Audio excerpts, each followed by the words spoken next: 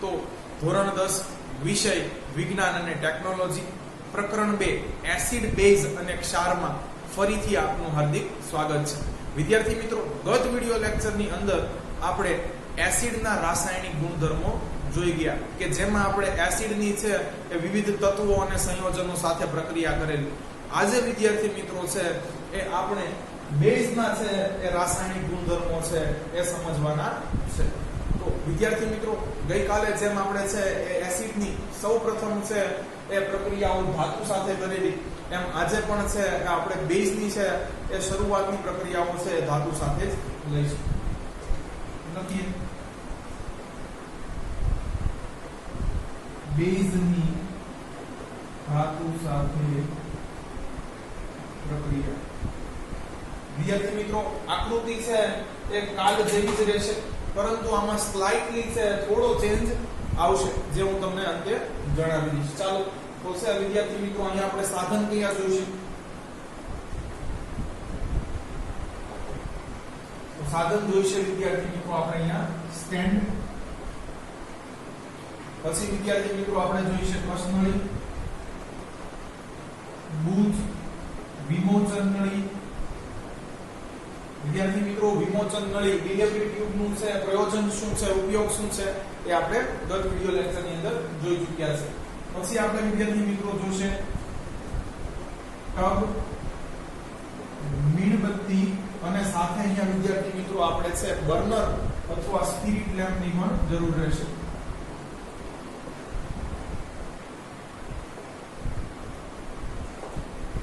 ચાલો વિદ્યાર્થી મિત્રો, હવે છે પદાર્થ આપણે છે એ કાલે તો છે એ સલ્ફ્યુરિક એસિડ લીધું હતું, કારણ કે એસિડની પ્રક્રિયા હતી. આજે છે વિદ્યાર્થી મિત્રો એ બેઝ છે, તો કોઈ બેઝ લેવો પડશે. તો વિદ્યાર્થી મિત્રો, દાણાદાર ઝીંક આપણે આમાં પણ લઈ શકીએ, કારણ કે ધાતુ સાથે પ્રક્રિયા કરવી છે અને ઝીંક એક ધાતુ છે. ચાલો તો લઈએ દાણાદાર ઝીંક.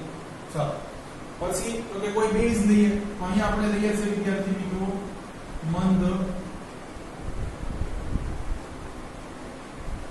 સોડિયમ હાઇડ્રોક્સાઇડ, એ આપણે લઈશું 2 એકમ. સાથે વિદ્યાર્થી મિત્રો છે અહીંયા આપણે સાબુનું દ્રાવણ પણ લેવું પડશે. લક્ષ ડ્યુએલ ગમે એ લઈ શકો. ચાલો વિદ્યાર્થી મિત્રો, હવે છે આપણે પ્રક્રિયા કરવાની છે, પરંતુ તમને જણાવી દઉં વિદ્યાર્થી મિત્રો કે બેઝ છે એ બધી ધાતુઓ સાથે પ્રક્રિયા કરતા નથી. આ સમજવા જેવી વસ્તુ છે. શા માટે નથી કરતા એ આપણે ઊંડાણપૂર્વક જોઈએ. ગણ્યા ગાંઠિયા એવી અમુક જ છે એ ધાતુ છે, અને આ ધાતુનો પાછો એક અલગ વર્ગ પણ વિજ્ઞાનની અંદર બનાવવામાં આવ્યો છે. આપણે એની વિશે પણ ચર્ચા કરશું.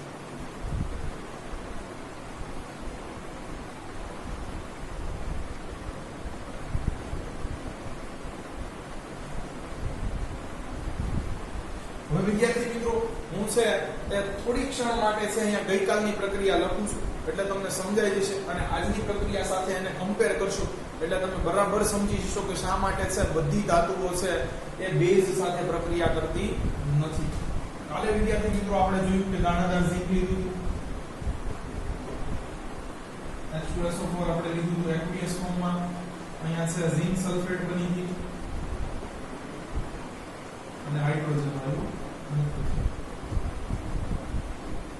વિદ્યાર્થી મિત્રો સમજજો કે એસિડની અંદર વિદ્યાર્થી મિત્રો એક પાર્ટ એવો હોય છે, જોશો, જે છે એ ઋણ આયન સ્વરૂપે હોય છે, અને કે ઇલેક્ટ્રોનની છે સ્વીકારવાની છે પ્રકૃતિ ધરાવતો હોય છે.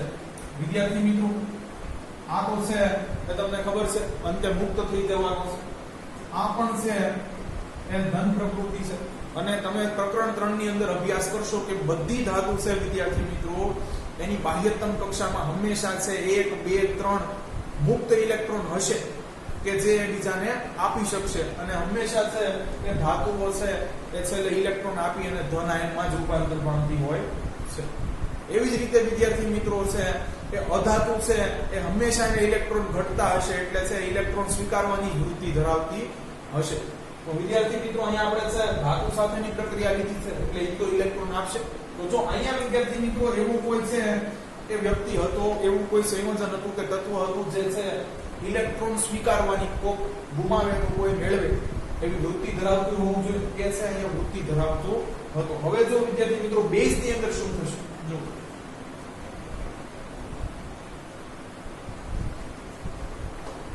તો વિદ્યાર્થી મિત્રો બેઝ ની આપણે વાત કરીએ તો અહીંયા આપણે છે એ લીધું છે દાણાદાર ઝીંક, સાથે આપણે લીધું છે NaOH. હવે વિદ્યાર્થી મિત્રો સમજો કે અહીંયા છે આ ધન, ચાલો આ ઋણ આપણે માનીએ છીએ, ચાલો આ પાછું ધન અને આ પાછું ધન.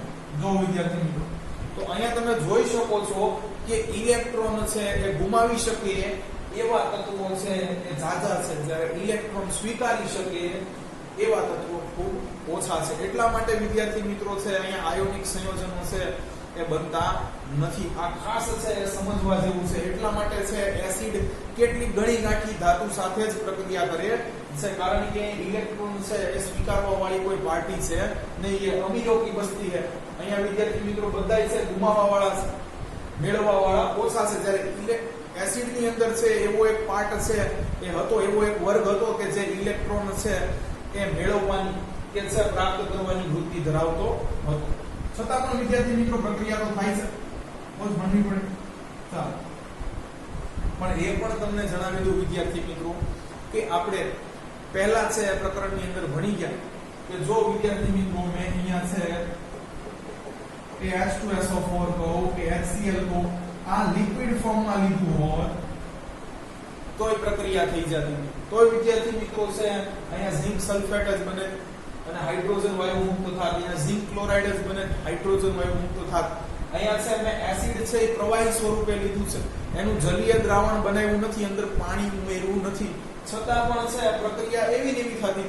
પાણી એડ કરતો તો પણ પ્રક્રિયા એવી ને એવી થતી. તો વિદ્યાર્થી મિત્રો બે કિસ્સાની અંદર અહીંયા તમે એક્વિયસ ફોર્મ લેતા હતા કે લિક્વિડ ફોર્મ લેતા હતા, સેમ રિઝલ્ટ મળતું. અહીંયા પણ છે એક્વિયસ ફોર્મ લેતા હતા, લિક્વિડ ફોર્મ લેતા હતા, સેમ રિઝલ્ટ મળતું. અહીંયા એવું નહીં થાય વિદ્યાર્થી. અહીંયા તમારે છે ફરજિયાતપણે છે એ બેઝ છે એ એવા જ લેવા પડશે જે પાણીમાં દ્રાવ્ય થાય છે એ. અને આપણે જાણીએ છીએ વિદ્યાર્થી મિત્રો કે બધા એસિડ છે એ તો પાછા પાણીમાં દ્રાવ્ય થઈ જાય છે, પણ બધા બેઝ છે એ પાણીમાં દ્રાવ્ય થતા નથી. એટલે અહીંયા તમારે છે ફરજિયાત આપણે એવા બેઝનો વર્ગ અલગ બનાવ્યો કે જે પાણીની અંદર દ્રાવ્ય થાય છે, એને આપણે આલ્કલી નામ આપ્યું હતું. તો ફરજિયાત અહીંયા તમારે છે એ વિદ્યાર્થી મિત્રો એવા જ બેઝ લેવા પડશે જે પાણીમાં દ્રાવ્ય થાય છે. સમજાવું કેમ? જો વિદ્યાર્થી મિત્રો અહીંયા પણ તમને જણાવ્યું હતું બનવાનું તો હાઇડ્રોજન જ છે, એટલા માટે જુઓ તો તમે અહીંયાથી કે અહીંયાથી છે હાઇડ્રોજન તો ચાલ્યો જશે, એનું તો વિસ્થાપન થશે. પણ જો અહીંયા વિદ્યાર્થી મિત્રો પાછી છે એક ઓક્સિજન છે એ ઇલેક્ટ્રોન મેળવવા વાળી છે, ઇલેક્ટ્રોન સ્વીકારવા વાળી છે પાર્ટી મળી ગઈ, એટલે કદાચ કંઈક છે સંયોજન બની જાય. તો વિદ્યાર્થી મિત્રો એટલા માટે છે અહીંયા તમારે ફરજિયાત છે કે આલ્કલીઝ દેવા પડશે કે એવા બેઝ જે પાણીમાં દ્રાવ્ય થાય છે. ચાલો વિદ્યાર્થી મિત્રો હવે છે આપણે પ્રક્રિયા શાબ્દિક સ્વરૂપે લખી અને પછી એનું છે એ સમીકરણ સ્વરૂપે પણ વર્ણન જોઈએ. તો આપણે વિદ્યાર્થી મિત્રો અહીંયા લખીએ કે બધી જ ધાતુઓ બેઝ સાથે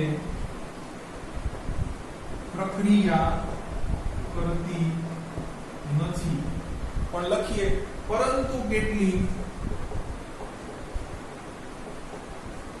ઉભયગુણી અથવા ઉભયધર્મી. વિદ્યાર્થી મિત્રો આ એક છે એ તમારે શબ્દ યાદ રાખવાનો છે, પરંતુ કેટલી ઉભય ગુણી અથવા ઉભય ધર્મી. વિદ્યાર્થી મિત્રો અહીંયા એક છે તે નવો વર્ગ ઉભો કરવામાં આવ્યો છે. એ એવી ધાતુનો છે, એવા તત્વોનો છે જે એસિડ અને બેઝ સાથે છે એ બંને સાથે સરખી જ પ્રક્રિયા કરે છે. તો વિદ્યાર્થી મિત્રો અહીંયા પણ હવે તમે સમજી જશો કે આપણે આવી જ છે વર્ગમાંથી છે ધાતુ લેવી પડશે કે જે બેઝ સાથે પ્રક્રિયા કરી આપે. અને અહીંયા પણ છે કે ક્ષાર બનશે અને વિદ્યાર્થી મિત્રો હાઇડ્રોજન વાયુ મુક્ત થશે. જો તો અહીંયા એક નવો વર્ગ એવો આવશે વિદ્યાર્થી મિત્રો કે જે એસિડ અને બેઝ સાથે છે સરખી જ છે એ પ્રક્રિયા કરશે અથવા સરખી જ નિપજ છે એ બનાવશે. તો આ ઉભયગુણી વર્ગ છે એને એવો વર્ગ કહેવામાં આવે છે. એટલે જો શું કીધું, બધી જ ધાતુઓ બેઝ સાથે પ્રક્રિયા કરતી નથી, પરંતુ કેટલીક છે કે ઉભયગુણી કે ઉભયધર્મી ધાતુઓ છે, જેવી કે અહીંયા વિદ્યાર્થી મિત્રો ઝિંક તો હશે ઓબ્વિયસલી તો લીધી હોય, પછી છે એલ્યુમિનિયમ છે, પછી વિદ્યાર્થી મિત્રો છે એ પછી છે વિદ્યાર્થી મિત્રો ટીન છે, પછી વિદ્યાર્થી મિત્રો છે એ લેડ પણ છે. તો આ તમારે છે એ યાદ રાખવાનું છે વિદ્યાર્થી મિત્રો કે છે ઝિંક, એલ્યુમિનિયમ, બેરિલિયમ, ટીન અને લેડ આ પાંચ છે વિદ્યાર્થી મિત્રો એ એસિડ અને બેઝ સાથે છે એ પ્રક્રિયા કરે છે. કે આને એક નવો વર્ગ છે એમાં મૂકવામાં આવી છે ઉભયગુણી કે ઉભયધર્મી એવી ધાતુઓ કે જે એસિડ અને બેઝ સાથે રાસાયણિક પ્રક્રિયા કરીને સરખા જ સંયોજન અથવા સરખી જ નિપજ બનાવે છે. ચાલો તો વિદ્યાર્થી મિત્રો અહીંયા છે એ આપણે ઝિંક લીધી છે એટલા માટે ચાલો. પરંતુ કેટલીક ઉભયગુણી કે ઉભયધર્મી ધાતુઓ જેવી કે ઝિંક, એલ્યુમિનિયમ, બેરિલિયમ, ટીન અને લેડ એ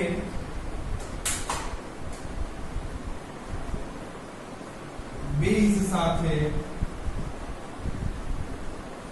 પ્રક્રિયા કરી સંકીર્ણ ક્ષાર બનાવે છે તથા હાઇડ્રોજન વાયુ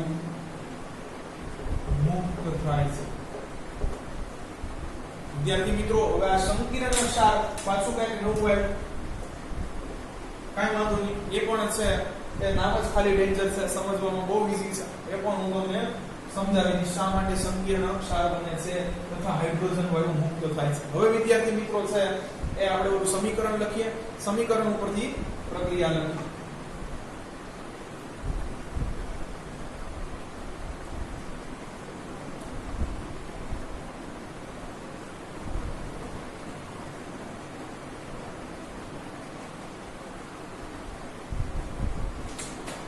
ચાલો વિદ્યાર્થી મિત્રો અહીંયા આપણે લઈશું દાણાદાર ઝીંક, બરોબર છે.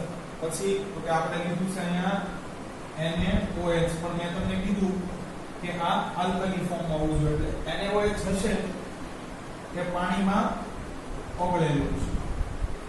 ચાલો અહીંયા છે એ બને છે આવું કંઈ, જેને વિદ્યાર્થી મિત્રો કહેવાય છે સોડિયમ ઝિંકેટ. ખાસ આનું છે એ સંયોજનનું છે અણુસૂત્ર અને આનું નામ બંને યાદ રાખવાનું છે અને હાઇડ્રોજન ગેસ રિલીઝ થશે.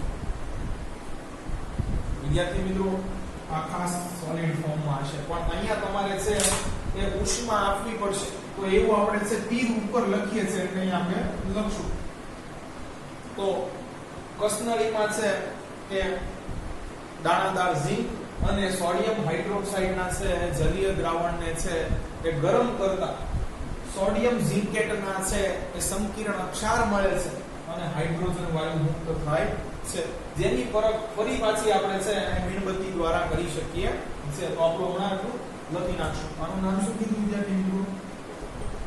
સોડિયમ ઝિંકેટ, અને આ એક સંકીર્ણ ક્ષાર છે.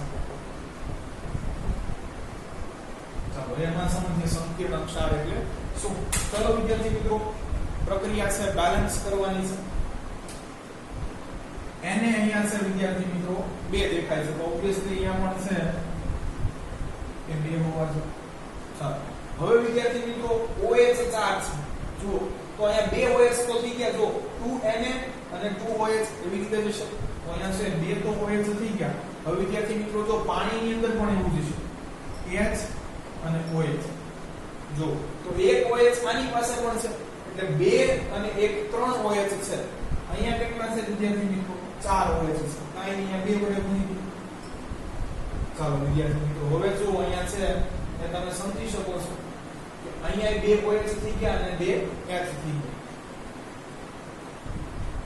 ચાલો એટલે OH નો પ્રશ્ન છે સોલ્વ થઈ ગયો ચાલો ઝિંક અહીંયા એક છે અહીંયા એક છે તો શું કામ સળી કરવી હવે હાઇડ્રોજન વિદ્યાર્થી મિત્રો જોજો તમને એમ છું કે અહીંયા છે બે વડે ગુણવું તો અહીંયા છે બે વડે ગુણવું પડશે નહીં જરાય નહીં કારણ કે વિદ્યાર્થી મિત્રો જુઓ આટલું તો છે એ OH માં ચાલ્યું છે અહીંયા છે એ બે જ હાઇડ્રોજન છે એટલે અહીંયા કઈ ગુણવાની જરૂર રહેશે નહીં તો આવી રીતે છે એ પ્રક્રિયા આખી સમતોલિત થશે Zn plus 2NaOH plus 2H2O give Na2ZnO4OH4 અને H2 which is called hydrogen છે રિલીઝ થશે ચાલો વિદ્યાર્થી મિત્રો આને છે હવે શાબ્દિક સમીકરણનું જે સમીકરણ હતું એને છે હવે વિદ્યાર્થી મિત્રો શાબ્દિક વર્ણનનું સ્વરૂપ આપીએ અને સાથે સંકીર્ણ ક્ષાર એ શું છે એ જોઈએ અને હજી આવી એક છે બીજી એલ્યુમિનિયમ વાળી પણ પ્રક્રિયા લઈશું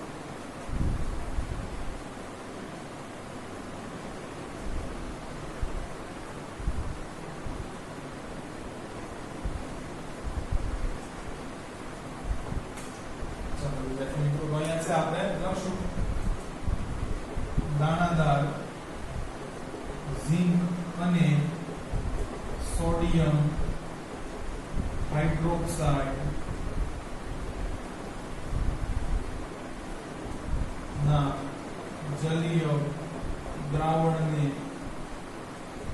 બર્નરની મદદથી ગરમ કરતા સોડિયમ ઝિંકેટના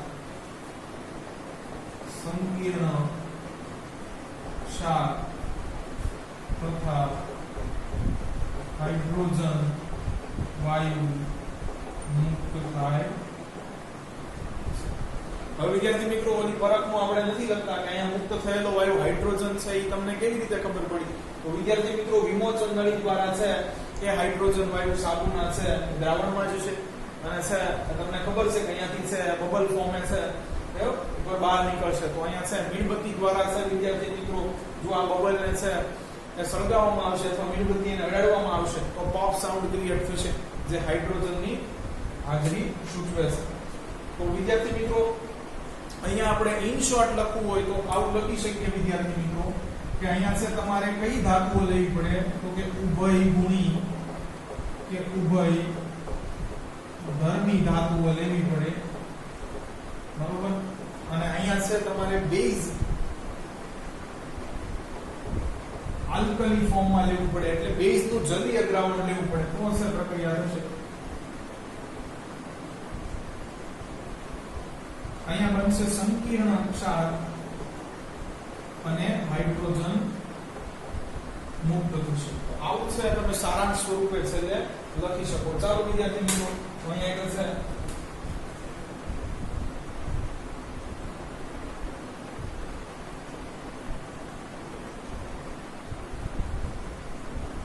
એક બર્નરની પણ આપણે જરૂર પડશે ચલો વિદ્યાર્થી મિત્રો હજુ એક છે પ્રક્રિયા વધુ સમજવા માટે લઈએ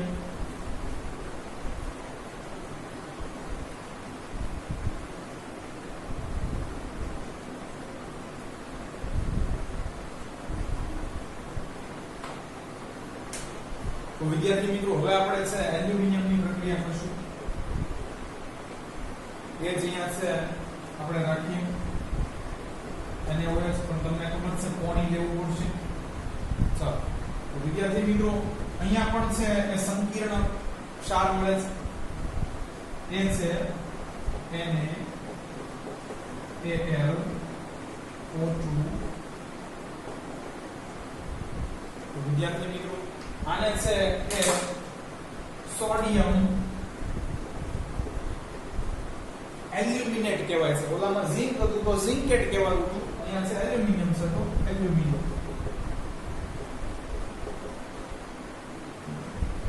પણ વિદ્યાર્થી મિત્રો સંકીર્ણ ક્ષાર. તો હવે છે બેલેન્સ કરીએ.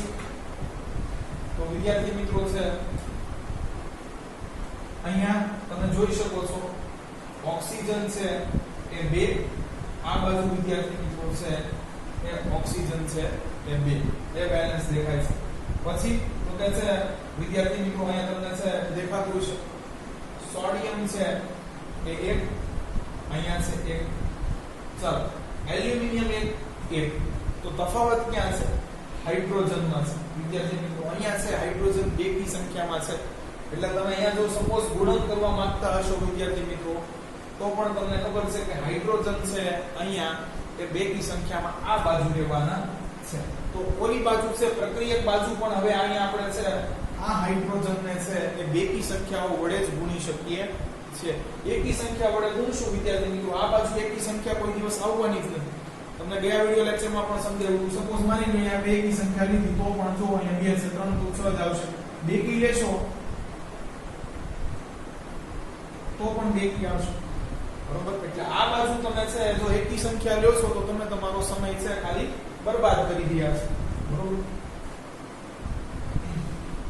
ચાલો સપોઝ આપણે શરૂઆતમાં છે ગુણીએ 2 વડે. ચાલો હાઇડ્રોજન હવે છે બેલેન્સ દેખાય છે જો 2 2 પણ બધું ઇમ્બેલેન્સ થઈ ગયું. તો હવે અહીંયા છે સોડિયમ છે 2 છે, આ બાજુ 1 છે, ગુણો 2 વડે.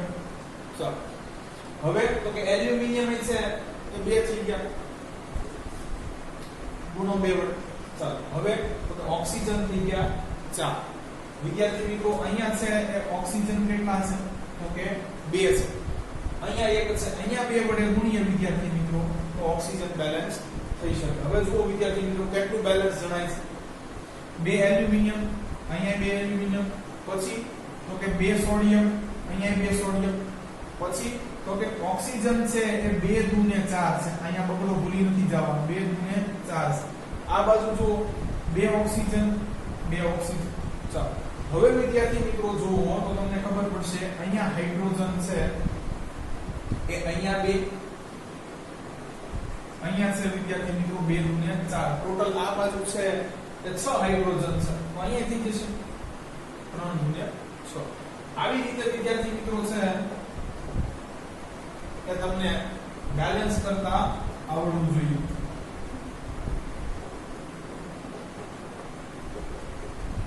વિદ્યાર્થી મિત્રો આ બધી કપરામાં કપરી છે એ રાસાયણિક પ્રક્રિયાઓ છે શોધીને તમને અહીંયા શા માટે બેલેન્સ કરતા શીખવવામાં આવે છે? કારણ કે છે બેલેન્સિંગ એ કેમિસ્ટ્રીની અંદર છે એ બહુ મહત્વનું છે. અન્યથા વિદ્યાર્થી મિત્રો આ તમારે 2 2 2 2 3 આ બધું યાદ રાખવું પડે. તો એ યાદ ન રાખવું પડે એના માટે વિદ્યાર્થી મિત્રો છે એ તમને બેલેન્સિંગ ખૂબ જરૂરી છે. અહીંયા મારે એટલું જ યાદ રાખવાનું છે કે સોડિયમ છે એ એલ્યુમિનેટ બને છે અને હાઇડ્રોજન મુક્ત થાય છે. બસ આ વિદ્યાર્થી મિત્રો માળખાકીય પ્રક્રિયા છે. આ તો બનવાનું જ છે એટલે આટલું તો મારે યાદ જ રાખવું પડે કે જો એલ્યુમિનિયમ લઈશ, સોડિયમ છે હાઇડ્રોક્સાઇડ નું છે જલીય દ્રાવણ લઈશ, ઉષ્મા આપીશ તો છે સોડિયમ એલ્યુમિનેટ બનશે અને હાઇડ્રોજન વાયુ મુક્ત થશે.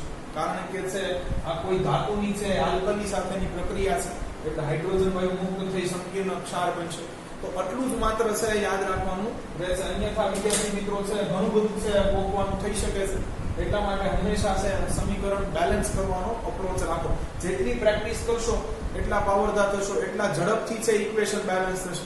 અન્યથા વિદ્યાર્થી મિત્રો અહીંયા એક ડિસએડવાન્ટેજ પણ છે કે પરીક્ષામાં છે જો ઇક્વેશન બેલેન્સ કરવાનો બહુ જાજો ટાઈમ ચાલ્યો જાય તો સાયન્સ છે એનો પેપર વિદ્યાર્થી મિત્રો એમાં ફિગર આવે, લેન્ધી છે બધું લખવાનું આવે તો છે અહીંયા તમારે ટાઈમ પણ છે ઘટી શકે. એટલા માટે વિદ્યાર્થી મિત્રો છે ફટાફટ છે બેલેન્સ કરી શકો એક્ઝામમાં તો અહીંયા તમારે પ્રેક્ટિસ કરવી પડશે.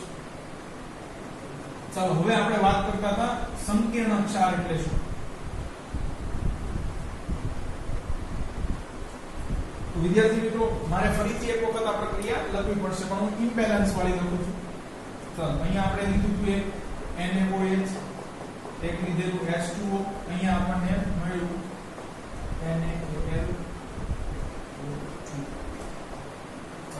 તો વિદ્યાર્થી મિત્રો સંકીર્ણ ક્ષાર કોને કહે છે?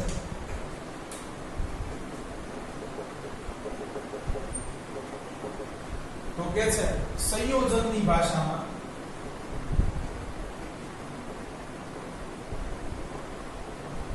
જ્યારે બે કે તેથી વધુ સંયોજનો, જો વિદ્યાર્થી મિત્રો હવે અહીંયા બે કે તેથી વધુ સંયોજનો છે કે કેમ જોઈએ. આ વિદ્યાર્થી મિત્રો છે સંયોજન છે, કારણ કે આની અંદર જો ત્રણ તત્વો છે દિવ્ય દ્રષ્ટિ વડે જોતા, સોડિયમ, ઓક્સિજન, હાઇડ્રોજન. આ પણ વિદ્યાર્થી મિત્રો છે એ સંયોજન છે. અહીંયા છે હાઇડ્રોજન અને ઓક્સિજન છે તે રાસાયણિક પ્રક્રિયાથી જોડાયેલા છે, સહસંયોજન બંધની ભાગીદારીથી જોડાયેલા છે. જો સંકીર્ણ ક્ષાર એટલે શું કે છે સંયોજનની ભાષામાં જ્યારે બે કે તેથી વધુ સંયોજનો રાસાયણિક પ્રક્રિયા કરીને નવા ગુણધર્મ ધરાવતા સંયોજન ધરાવતું સંયોજન બનાવે તેને સંકીર્ણ ક્ષાર કહે છે. હવે વિદ્યાર્થી મિત્રો જો અહીંયા તમે કયા સંયોજન લીધા હતા તો કે છે એક તો NaOH લીધું હતું, H2O લીધું હતું. અહીંયા જો વિદ્યાર્થી મિત્રો એક પાછું નવું સંયોજન થયું. તો આ છે એ કંઈક નવું હતું, કારણ કે આમાં છે એલ્યુમિનિયમ પણ સાથે એડ છે એટલા માટે. અને વિદ્યાર્થી મિત્રો અમથું પણ છે રાસાયણિક પ્રક્રિયા જો આ બંને વચ્ચે થાય તો પણ છે તમને ખબર છે કેટલી વસ્તુ છે ચેન્જ થઈ શકે છે. તો જો વિદ્યાર્થી મિત્રો એટલા આને છે એ સંકીર્ણ ક્ષાર આપણે કહી શકીએ. ચાલો તો વિદ્યાર્થી મિત્રો હવે આપણે છે આગળ જોઈએ.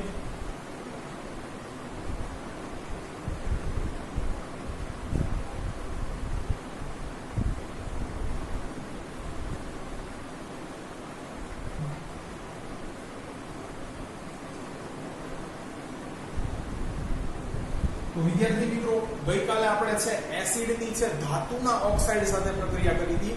આજે આપણે છે બેઝની અધાતુના ઓક્સાઇડ સાથે પ્રક્રિયા કરવાની છે. કેમ સમજાવો. આપણે છે બીજું લઈએ છીએ હવે બેઝની અધાતુના ઓક્સાઇડ સાથેની પ્રક્રિયા. તો વિદ્યાર્થી મિત્રો અહીંયા પણ એ જ સમસ્યા છે. જો તમે અહીંયા છે વિદ્યાર્થી મિત્રો કોઈ ધાતુ લેશો, સપોઝ માની લો ZnO, આ ધાતુનો ઓક્સાઇડ છે, કારણ કે ઝિંક ધાતુ છે એને ઓક્સિજન સાથે પ્રક્રિયા કરી છે. ચાલો અહીંયા તમે વિદ્યાર્થી મિત્રો છે કે કોઈ પણ બેઝ લઈ શકો છો, CaOH twice અથવા વિદ્યાર્થી મિત્રો લેશો NH4OH. ચાલો તો NaOH પણ લઈ શકો વિદ્યાર્થી મિત્રો. હવે સમજો અહીંયા છે આ ઇલેક્ટ્રોન દેવાવાળી પાર્ટી છે, નો ડાઉટ આ લેવાવાળી પાર્ટી છે. અહીંયા વિદ્યાર્થી મિત્રો જો આ ઇલેક્ટ્રોન દેવાવાળી પાર્ટી છે, આ ઇલેક્ટ્રોન દેવાવાળી, આ ફરીથી પાછી છે એ દેવાવાળી પાર્ટી છે.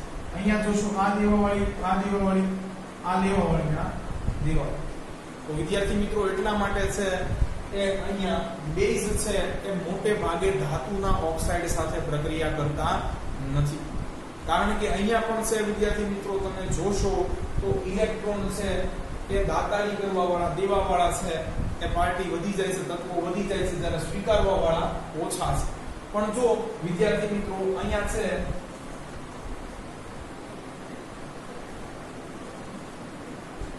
કે કોઈ અધાતુ છે એના છે તમે ઓક્સાઇડ લો છો. સૌથી સરળ ઉદાહરણ કાર્બન ડાયોક્સાઇડ. વિદ્યાર્થી મિત્રો અહીંયા જો તો કાર્બન છે અધાતુ છે. કાર્બન વિદ્યાર્થી મિત્રો છે 4 ઇલેક્ટ્રોન આપી શકે અને 4 સ્વીકારી શકે. જો વિદ્યાર્થી મિત્રો પણ કાર્બન કંઈક નવું જ કરતું હોય છે, એ આપણે છે આગળના પ્રકરણ નંબર 4 માં જોઈશું. આ પણ છે વિદ્યાર્થી મિત્રો જોવો તો એક ગ્રહણ કરવા વાળી પાર્ટી છે, આપણને ખબર છે. એ જ રીતે વિદ્યાર્થી મિત્રો જોવો SO2 છે, SO3 છે. એ જ રીતે વિદ્યાર્થી મિત્રો છે નાઇટ્રોજનના સંયોજનો છે. તો આ બધા વિદ્યાર્થી મિત્રો છે ઇલેક્ટ્રોન પાછા છે ગ્રહણ કરવા વાળી પાર્ટી છે. એટલે ક્યાંક ને ક્યાંક છે એ વિદ્યાર્થી મિત્રો બેઝમાંના છે ઇલેક્ટ્રોન કોઈક ગ્રહણ કરી લેશે. તો છે એટલા માટે છે બેઝ છે એ અધાતુના ઓક્સાઇડ સાથે પ્રક્રિયા કરે છે. ચાલો તો વિદ્યાર્થી મિત્રો એક તો છે આપણે પ્રક્રિયા જાણીએ છે, આ લગભગ આપણે ત્રીજી વાર લખીએ છીએ. તો આપણે અહીંયા લખીએ પહેલા તો શું થાય છે, બેઝ એ અધાતુના ઓક્સાઇડ સાથે રાસાયણિક પ્રક્રિયા કરીને ક્ષાર તથા પાણી આપે છે. હવે વિદ્યાર્થી મિત્રો થોડું લખાણ છે એ બાકી છે એ પછી લખશું. જો અને સમજો આપણે આ પ્રક્રિયા કરી ચૂક્યા છે. બરોબર વિદ્યાર્થી મિત્રો, આપણને ખબર છે કે આ છે કેલ્શિયમ હાઇડ્રોક્સાઇડ કે જેનો આપણે છે દિવાલ ઢોળવા માટે છે તે રંગવા માટે ઉપયોગ કરીએ છીએ. આ છે કાર્બન ડાયોક્સાઇડ. તમને ખબર છે વિદ્યાર્થી મિત્રો કે છે દિવાલ ઉપર ચૂનો કર્યા પછી 2-3 દિવસ રહી અને છે એની રંગત નિખરે છે. તો એ આપણે જાણીએ છીએ કે હવે આ કેલ્શિયમ છે એ હાઇડ્રોક્સાઇડ છે હવામાંના છે કે કાર્બન ડાયોક્સાઇડ સાથે ધીમી રાસાયણિક પ્રક્રિયા કરી અને વિદ્યાર્થી મિત્રો છે એ કેલ્શિયમ કાર્બોનેટ બનાવે છે. તો આ જે કેલ્શિયમ કાર્બોનેટ ની છે પાતળી બરફ બનાવે છે એ પણ વિદ્યાર્થી મિત્રો એક છે એ ક્ષાર જ છે. આ સાથે વિદ્યાર્થી મિત્રો છે તમને ખબર છે પાણી મુક્ત થાય છે જે આપણે ઉપર લખ્યું છે. અને વિદ્યાર્થી મિત્રો જો આ છે પ્રયોગશાળાની અંદર તમે પ્રક્રિયા કરશો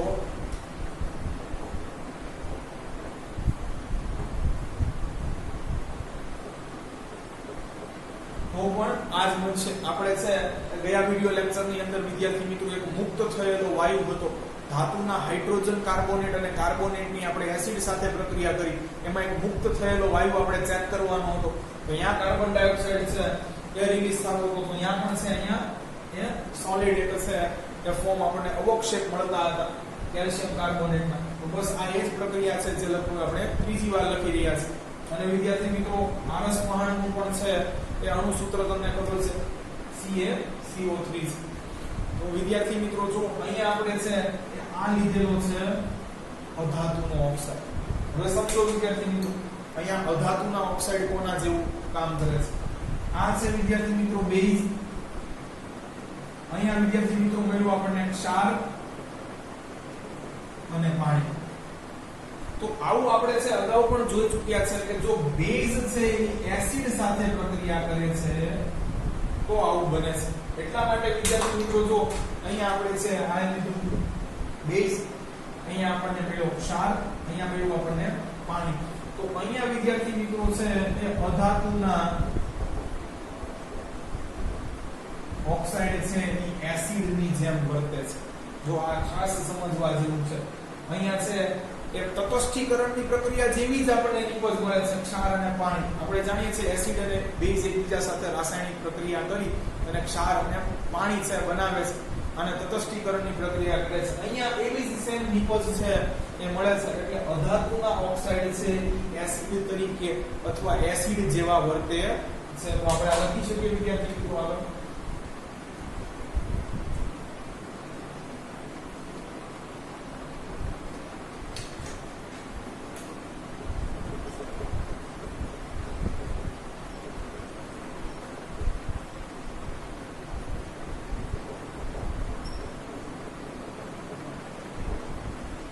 વિદ્યાર્થી મિત્રો અહીં આપણે લખીશું કે અહીં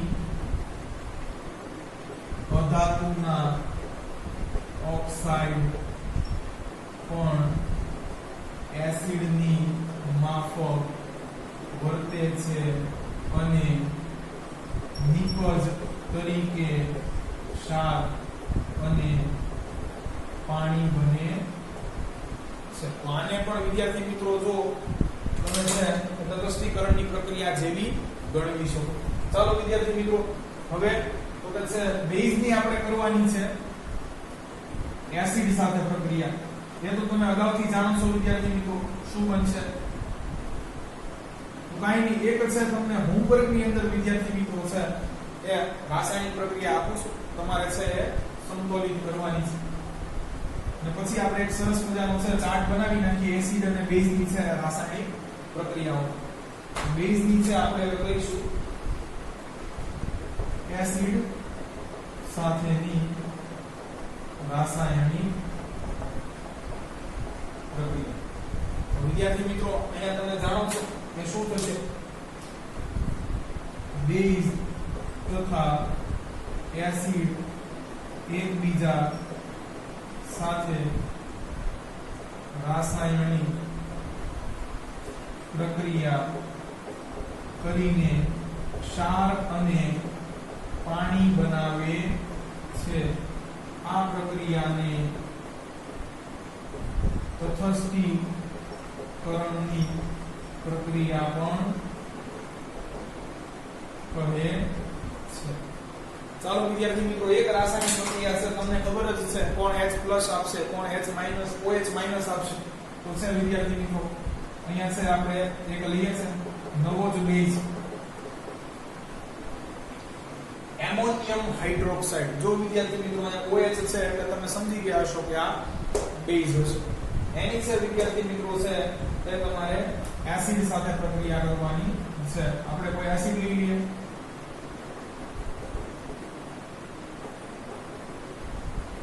બરોબર છે વિદ્યાર્થી મિત્રો, તો આની છે એ તમારે પ્રક્રિયા છે એ કરવાની છે. ચાલો વિદ્યાર્થી મિત્રો, તો અહીંયા છે આપણા એસિડ અને બેઝ છે એ બંનેના છે એ રાસાયણિક ગુણધર્મો પૂરા થાય છે. હવે આપણે એક સરસ મજાનું કોષ્ટક બનાવી લઈએ કોણ કોની સાથે છે એ પ્રક્રિયા કરી અને નિત્વજ સ્વરૂપે શું આપે છે.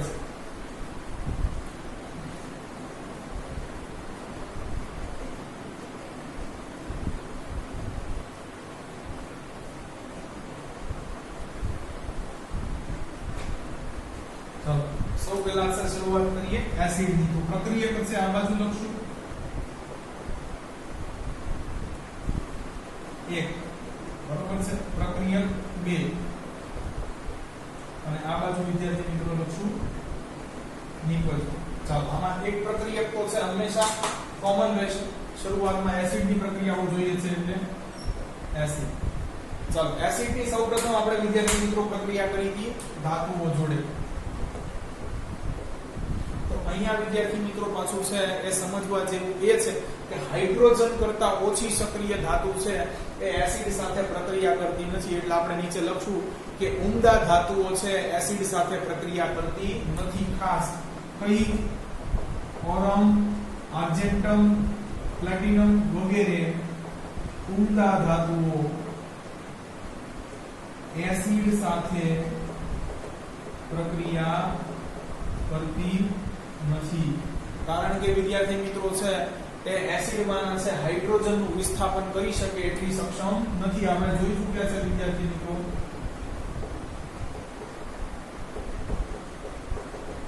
જો વિદ્યાર્થી મિત્રો આ ઓછી સક્રિય છે એટલે હાઇડ્રોજન નું વિસ્થાપન કરી ન શકે એટલે અહીંયા પ્રક્રિયા થશે નહીં. આ પણ પૂછાઈ શકે. ચાલો પણ બાકી તો કરે છે, તો બાકી કરીને શું બનાવશે? ક્ષાર અને હાઇડ્રોજન વાયુ મુક્ત થશે. ચાલો પછી વિદ્યાર્થી મિત્રો આપણે છે જોઈતી એસિડ ની છે એ પ્રક્રિયા કરેલી આપણે ધાતુના છે એ કાર્બોનેટ અને ધાતુના હાઇડ્રોજન કાર્બન.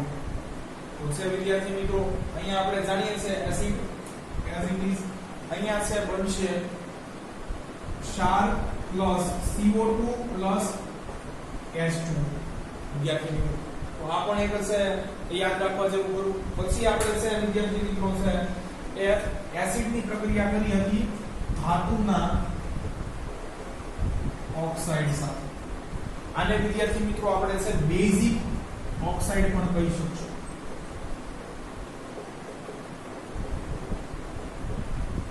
શા માટે? તો કે છે બેઝ ની જેવા વર્તે એવા ઓક્સાઇડ છે. આ ઓક્સાઇડ એવા છે જે બેઝ જેવા લાગ્યા. કેમ? તો અહીંયા છે તમને ખબર છે શું બનાવે છે? ક્ષાર અને પાણી. ચાલો અહીંયા વિદ્યાર્થી મિત્રો છે એ એસિડ ની છે એ બધી રાસાયણિક પ્રક્રિયાઓ પૂરી થાય છે ટાઇટ્રેશન ની બાદ કરતા, કારણ કે બે કોમન આવશે એટલે આપણે અંતે લખીશું. ચાલો હવે વિદ્યાર્થી મિત્રો આપણે પ્રક્રિયા તરીકે એક લઈશું બેઝ.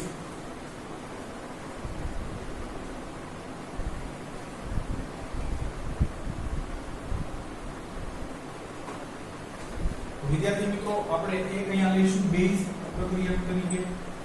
ચાલો અહીંયા આપણે છે ધાતુ નહીં લખી શકીએ. હવે આપણે લખીશું ઉભય ગુણી કે ઉભય ધર્મી ધાતુ, બધી ધાતુ છે એ બેઝ સાથે પ્રક્રિયા કરી શકે નહીં. અને અહીંયા પણ તમારે ખરેખર આલ્કલી લખવું જોઈએ કે એવા જ બેઝ લઈ શકો જે પાણીમાં છે એ દ્રાવ્ય થાય છે, ઓગળે છે. ચાલો ઉભયધર્મી છે કે ઉભયધર્મી ધાતુઓ કેવી છે? તો કે એવી ધાતુઓ કે જે એસિડ અને બેઝ બંને સાથે રાસાયણિક પ્રક્રિયાઓ કરી શકે છે અને સરખી જ નીકળ આવે છે. ચાલો તો અહીંયા લઈશું આપણે એલ્યુમિનિયમ છે, ઝિંક છે, બેરિયમ છે અને ટી. આટલી જ પ્રક્રિયા કરશે. વિદ્યાર્થી મિત્રો એ બનાવશે સંકીર્ણ ક્ષાર અને હાઇડ્રોજન વાયુ મુક્ત થશે. ચાલો પછી વિદ્યાર્થી મિત્રો છે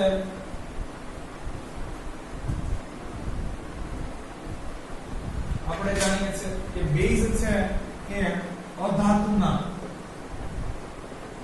ઓક્સાઇડ સાથે પ્રક્રિયા કરી અને છે એક ક્ષાર અને પાણી બનાવે છે. તો અધાતુના ઓક્સાઇડ છે એ એસિડિક લાગે છે.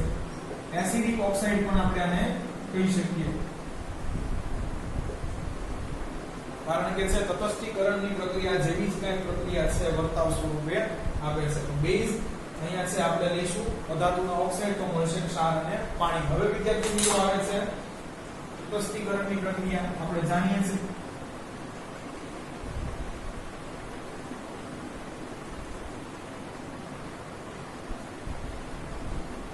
કે જો એસિડ છે એ બેઝ સાથે પ્રક્રિયા કરે છે તો વિદ્યાર્થી મિત્રો છે અહીંયા બને છે ક્ષાર અને પાણી. તો વિદ્યાર્થી મિત્રો અહીંયા છે એક બીજી પણ વસ્તુ છે પૂછાવા કરે તો એ પણ એક છે લખી નાખવાની છે તમારે. આ લખાઈ જાય પછી આને તટસ્થીકરણની પ્રક્રિયા કહીશું. બરોબર વિદ્યાર્થી મિત્રો, એસિડ છે એ શા માટે તત્વો કે સંયોજનો છે એ સાથે રાસાયણિક પ્રક્રિયાઓ કરી શકે છે? તો એ H+ આયન મુક્ત કરી શકે છે. એટલા માટે ખાસ આ યાદ રાખવા જેવું છે. એસિડ H+ આયન મુક્ત કરી ને અન્ય તત્વો કે સંયોજનો સાથે રાસાયણિક પ્રક્રિયા કરે છે. એટલે કોઈ બી છે એ રાસાયણિક પ્રક્રિયામાં જો એસિડ હોય તો વિદ્યાર્થી મિત્રો તમારે છે અહીંયા એક માનીને ચાલવાનું છે કે એમાં છે એ H+ આયન છે એ ઉત્પન્ન થશે. એવી જ રીતે વિદ્યાર્થી મિત્રો બેઝ છે એ શા માટે રાસાયણિક પ્રક્રિયા કરી શકે છે? આ જ કારણ છે. બેઝ OH- આયન મુક્ત કરીને અન્ય તત્વો કે સંયોજનો સાથે રાસાયણિક પ્રક્રિયા કરે છે. અહીંયા OH- આયન છે એ જવાબદાર છે. જ્યારે પણ છે વિદ્યાર્થી મિત્રો એ તમે બેઝ લેશો એક પ્રક્રિયા તરીકે ત્યારે તમારે હંમેશા છે બેઝમાંથી OH- આયન છે મુક્ત કરાવવાના રહેશે. તો વિદ્યાર્થી મિત્રો આ પણ એક છે એ નોટ કરવા જેવું. આઈ હોપ વિદ્યાર્થી મિત્રો તમને એસિડ અને બેઝના છે રાસાયણિક ગુણધર્મો બરોબર સમજાઈ ગયા હશે. જો તમને અમારા વિડિયો લેક્ચર્સ પસંદ આવતા હોય તો આને લાઈક કરો, તમારા અન્ય વિદ્યાર્થી મિત્રો જોડે આની લિંકને શેર કરો. Thanks for watching my video.